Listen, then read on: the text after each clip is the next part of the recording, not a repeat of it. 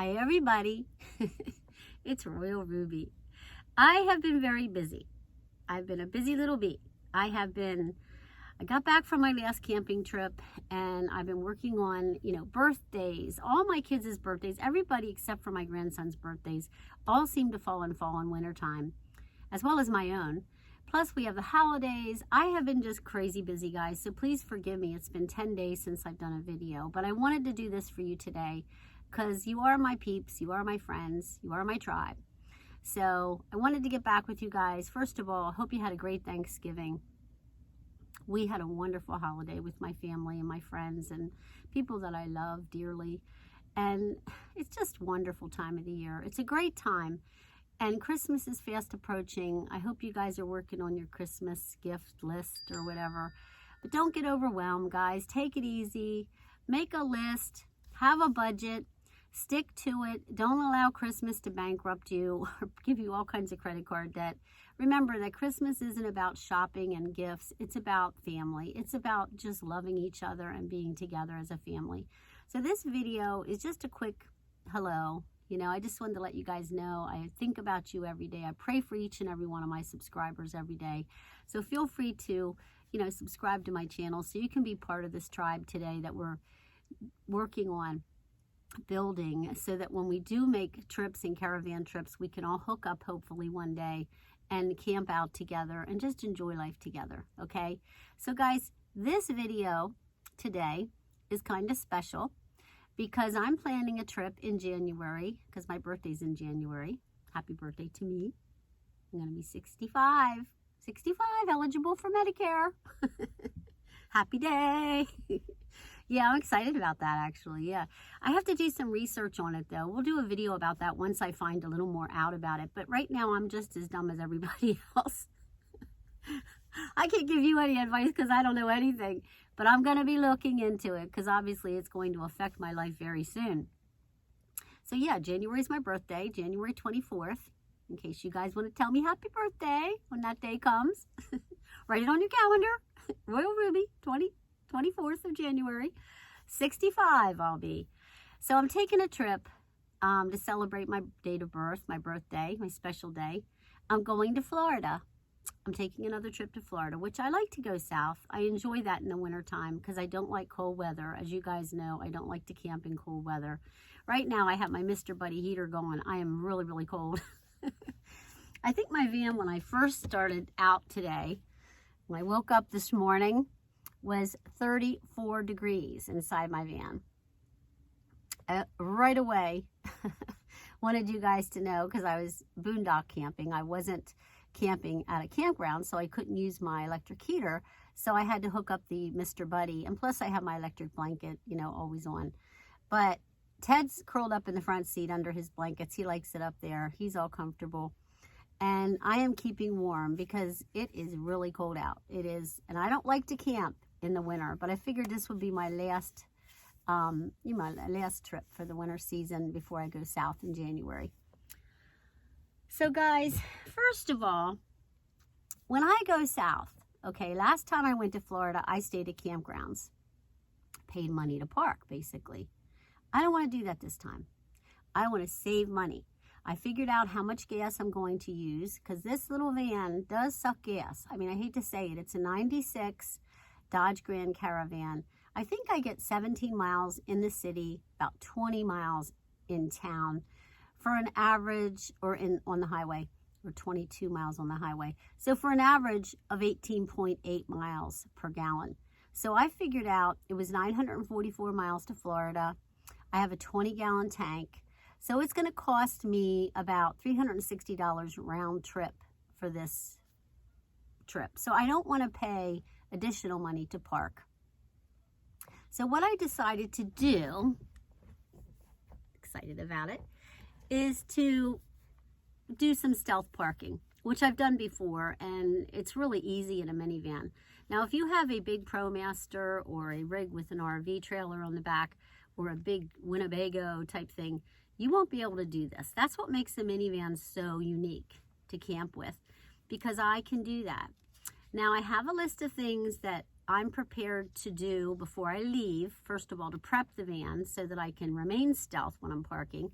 Because basically I'm going from Delaware to Florida. So that's like 944 miles. So I'm going to be stopping every 4 to 5 hours. I can't drive any more than that because I get really, really tired. So I leave my house here probably around 11 a.m. I'll find a parking place at around 4 p.m. before dark, and I'll be set up where I want to be for the evening. I may just hang out at a city park or something until later and then go find my parking, because you're supposed to really go stealth park late in the evening and leave early in the morning to be safe that you never get knocked. However, my plan is to stop at around 4 or 5 o'clock. When I leave here at 11, I'll stop at around 4 or 5 o'clock.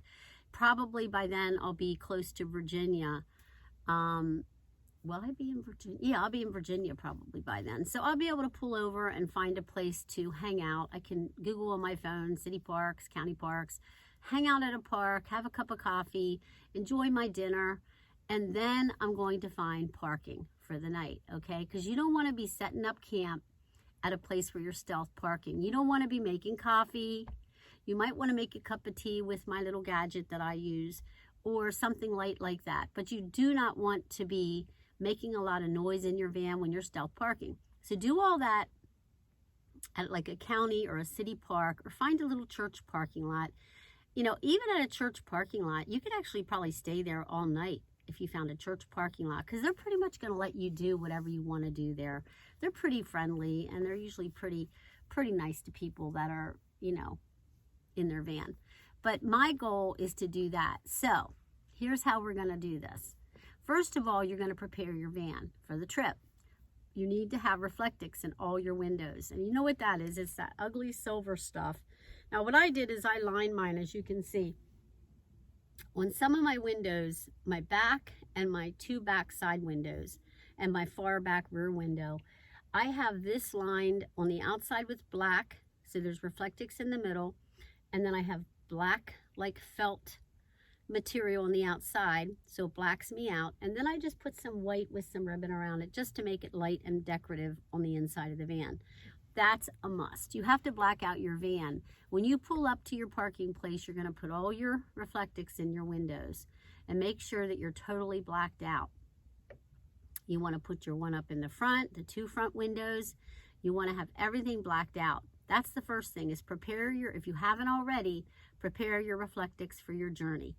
Secondly, you got to have a way to go to the bathroom, because you do not want to exit your van in the nighttime when you set up your stealth parking spot, okay? So what I have, and I showed you guys in my last video, my toilet video, I just purchased recently from my loft.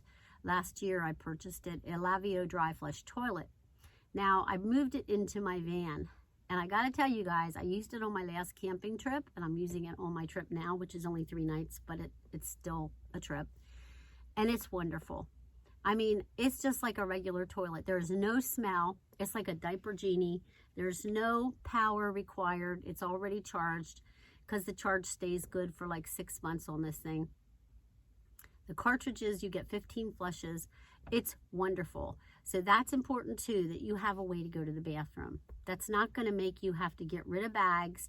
A lot of people use, like I used to use the KDD toilet, which I love the KDD toilet.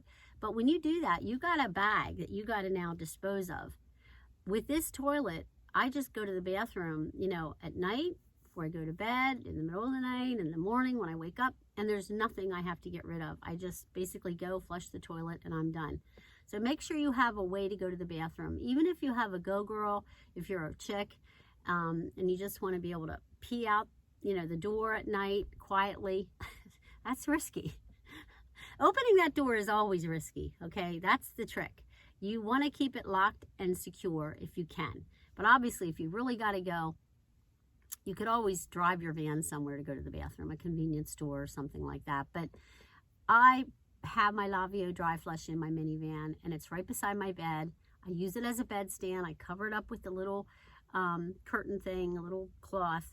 Nobody knows it's a toilet except me. And then when I need to use it at nighttime, I take the cloth off and I keep it set up so I have it at nighttime. It's a bedside table also, but that's important. So prepare your rig before your trip. so that you can be stealth. Have your heat source. I have my Mr. Buddy heater when I'm on the road. I use that. You know, when I'm campground, I use my heater that's electric. But when I'm traveling, it's my Mr. Buddy heater, depending on the time of the year.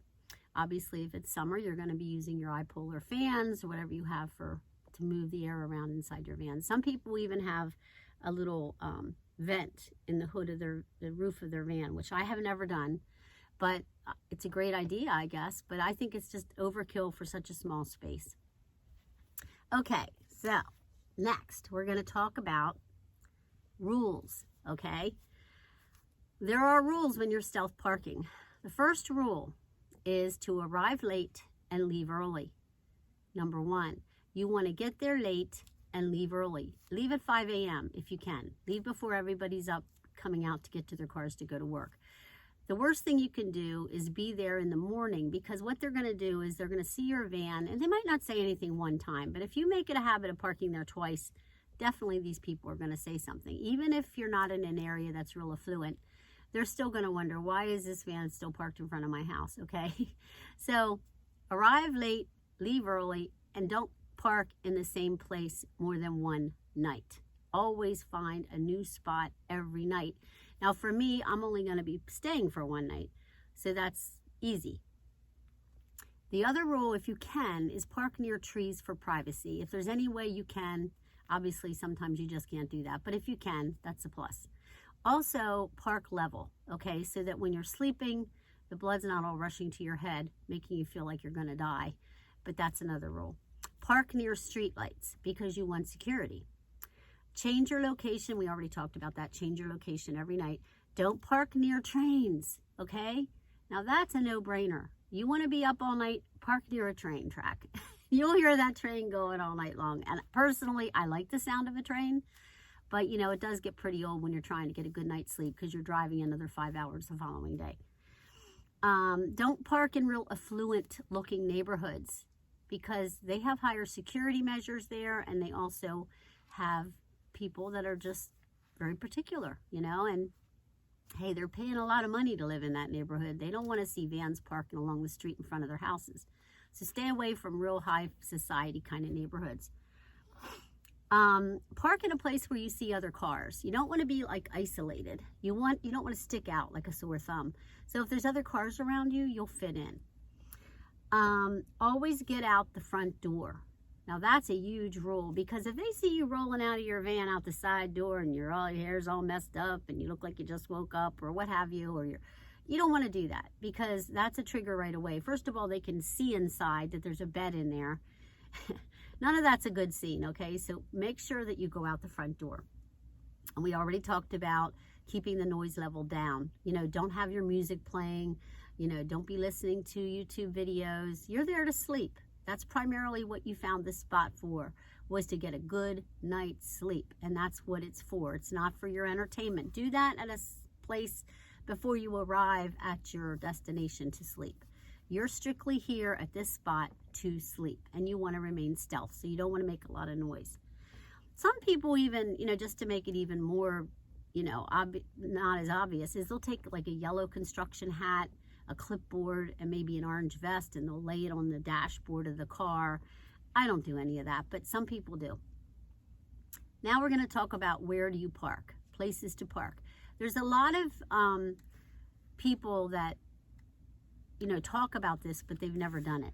Okay, now I've done it, so I can tell you I've tried some of these places, not all of them, but I can tell you I was successful in and I'll tell you the ones that I've actually done as I go down the list. Number one, hotel parking lots. I've done it, okay? Great place to park, if you're a minivan anyway. I have a Thule carrier on top of my van. I just look like I'm in the hotel sleeping. You never know I'm sleeping in the van. They never check. Most parking lots, they don't have security there. They don't care. You know, now if they have passes on their car mirrors and you see those, don't park in that parking lot. But if you don't see any parking passes hanging off the mirrors in the parking lot, you're safe to park in a hotel parking lot. Cracker Barrels, of course, Walmart's, Home Depot, Lowe's, any big box stores are usually pretty safe to park in. Cabela's is awesome. Cabela's is a great place to park if they have a Cabela's in the area where you're parking. 24-hour laundromats are great places to park. Casinos, convenience store parking lots, or bar parking lots, because you could even go in and have a little drink and come out and sleep in your van. And usually people don't bother you because people stay out in that bar till 2 a.m. What's the big deal if there's a van out there all night long parked? The only thing is people are going to be drinking, and you may have some, drunk people walking around your van. That's probably not the best place to go on second thought, and I've never done that. Oh, I forgot to tell you the ones that I've done. I've done Cracker Barrels, I've done Walmarts, I've done Home Depots, I've done Lowe's, I've done, I haven't done any of those. Oh, the next one is truck stops. I've done those. Rest areas, I've done those. I don't prefer them because believe me, rest areas are not as safe as people think they are. I avoid them as much as I can. Residential areas. Now, this is my number one choice, okay? When I get off at an exit, I don't Google anything. Most of the time, I just drive around and I scope out the area. You want to do that. You want to scope it out, figure out what looks safe, what looks, like you're going to be inconspicuous. Apartment complex parking lots are perfect places to park. Unless they have the little pass on their rearview mirror, they're great places to park. Church parking lots. Oh my God. I have parked in church parking lots countless times. Nobody bothers me. Great place to park. Great safe place to park. Planet Fitness, of course. I'm not a member because I don't have one close to my house, but they're 24-hour fitness centers, and that's a great place to park. That's another number one choice. Okay, so that gives you an idea of places you can park when you're stealth parking, going like I'm going to be going from north to south. I'm not paying for campgrounds this time. I don't need that. I'm just going to do stealth parking in residential areas. That's what I'm going to do, or church parking lots. And I'll just get off at the exit. Like after I've driven 5 hours, I'm going to have it on my phone. Oh, I've driven 5 hours now. I'll get off at the nearest exit. Try to stay as close to the highway as you can so you can hop back on the highway the next morning. Go get your cup of coffee. Don't make your coffee in your van when you wake up at that sleep spot, okay? You go and do that somewhere else, or stop and get a cup of coffee somewhere. But do not break out your burner and your coffee pot and start making coffee. That's a no-no. As soon as you wake up, get dressed, get yourself in the seat of that car, get your car keys in the ignition, and drive away. Then you go and have a cup of coffee somewhere. But do not have breakfast and stuff at your stealth parking spot. That's a mistake. So yeah. Now when I'm on, like I said, I usually get off at the highway exit and I find a place residentially. Or you can use an app that you can put on your phone. I have all these apps on my phone, but I'm going to be honest, I never use them. iOverlander is my number one choice. If I do use an app, that's my first choice. iOverlander.com. Get the app for your iPhone. RV Parky, RVPARKEY, is another good app. Campendium is one of my favorites also. Dirt, DYRT, is a good one, and they also have Dirt Pro now, but you have to pay for that. You do get 3 months of free membership, and then you have to pay for it. Why do that when there's all these other apps that are free? I personally don't see the sense in it. But Dirt.com is a good app. All Stays is a good app for RVs. Not so much for vans like mine, but for RVs. Harvest Hosts is another option. You have to join to be a member of Harvest Hosts, but there's a whole bunch of places on the map in the United States where Harvest Hosts, people that own like lots next to their house or whatever, they let people come and stay there. And it's free to stay there. And then you can put reviews on the spot and let people know what you think of it. They just added vans to Harvest Hosts. They didn't have them in there before, but now they have. So now minivans can go use Harvest Hosts. I personally don't see the sense in paying for it because I find residential parking relatively easy. Okay, let's just say you're in your little stealth parking spot. Okay, you're all chill out. You're laying in your bed. Your dog's asleep. Everybody's happy. You're warm and cozy under the covers, and you get a knock on the van. Oh my God. You don't want to get that. But let's just say you do, okay? And it's the Popo, all right? The first thing you don't want to do is be disrespectful to the Popo, okay? You want to be fully respectful, and you want to just apologize and say, look, I didn't realize I couldn't park here. Ask the police whether they can recommend a safe place for you to park. And then you can go there and you can spend the night there. A lot of times, now I've never done it, but I have friends that have done it, where the police let them sleep in their police station parking lot because they wanted them to be safe, or a fire department parking lot. They recommended that. I never had that happen, but I do have friends that have had that happen, where the police said, look, you can't park here, and they're, if you're nice to them, they'll be nice to you, but I can recommend, go over here and you can park there and you'll be fine for the night. Let them know that you're just passing through. You're not planning on repeatedly parking in their town. But the best thing you can do is just be respectful. Don't be too chatty. Just kind of apologize for what you've done. Be respectful to the police and ask them if they can recommend, any other places where you could park. So that's the worst thing that can happen when you're stealth parking. But I'll tell you what, last year I went to Florida. I was paying $30, and now it's gone up a night, to go park in some, campground that and most of them didn't even have. The one in Crescent, PA, or Crescent, North Carolina, State Park, did not even have any kind of water or hookups there. So there I was paying $32 for basically just a place to lay my head. And to me, that was foolish. Now, the only advantage is they do have a bathhouse there. You can get a shower if you want. You can use their toilet if you want.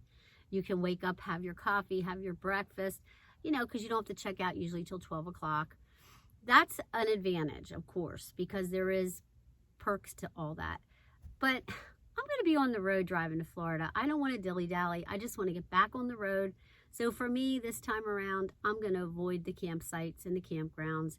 Plus, you have to do all this research and look at the proximity to the highway that you're traveling on to find the best place close to where you're traveling, so you don't have to get off the highway and travel too far to the campsite. You don't have to do any of that. Just feel confident that you can just get off at an exit. You can use one of these apps. Just pull over in some convenience store parking lot and get a cup of coffee, Turkey Hill, whatever, Wawa, whatever they have locally, and just stop there, get your head together, look at your app, try to find safe, free parking that way, or just do like I do and just drive around until you find a nice place to park. And I got to tell you, church parking lots, they're my number one choice. Church parking lots all day long are so awesome because those people are just so nice. They're not going to bother you if you park in their parking lot. And apartment complexes, you got to make sure that they don't have those little things on their rear view mirrors. Because let's face it, they live in an apartment. They might get an overnight guest. Well, they might not have a little parking pass because they're an overnight guest. So they just park there in their big parking lot. That's exactly what you look like if you park in an apartment complex. You just look like a guest that's visiting one of the people that rent one of the apartments. That's another plus that's a place that I go to for me. So guys, this is a quick video. I just wanted to offer you that suggestion. And because I'm planning my trip now, all these things are part of my thought process, because I'm getting ready to leave. I have to have my van maintenance. I want to have my oil changed. I want to have a tune-up done so I get better gas mileage. I'm also going to have my AC and my heat fixed because when I get to Florida, it's going to be hot. But on the way down, it's going to be chilly. So my heater isn't working quite right. So I'm going to have that looked at. So get your vehicle maintenance before you hit the road. Get your tires checked for their air and that they don't have any punctures anywhere. As best you can, have your vehicle maintenance before you hit the road. So I got to do that. That's next on my list. And then I'm hitting the road mid-January, probably like January 15th. And I'm going to be gone until the first week of February because it takes 3 days to get down there. So you don't want to, just go for like 2 weeks. So I'm going to go down for about 4 weeks and enjoy the weather down there and also enjoy seeing my sister because I haven't seen her in a really long time. And I'm going to like seeing her again and her boyfriend, Craig, her fiance, Craig. And they have a little dog named Zorro. Hopefully my dog Ted and Zorro will get along okay. That's a concern, but I think they'll be fine. But thanks for tuning in, guys. Don't forget to hit like and thumbs up for like my video, and also subscribe to my channel because we have so much fun on my channel. And like I said, we're a tribe of women and men that like to travel. So I'll see you guys down the road. Share my video if you want to for people that are getting ready to take a trip. But God bless you. I'm glad you tuned in today, and I'll see you down the road.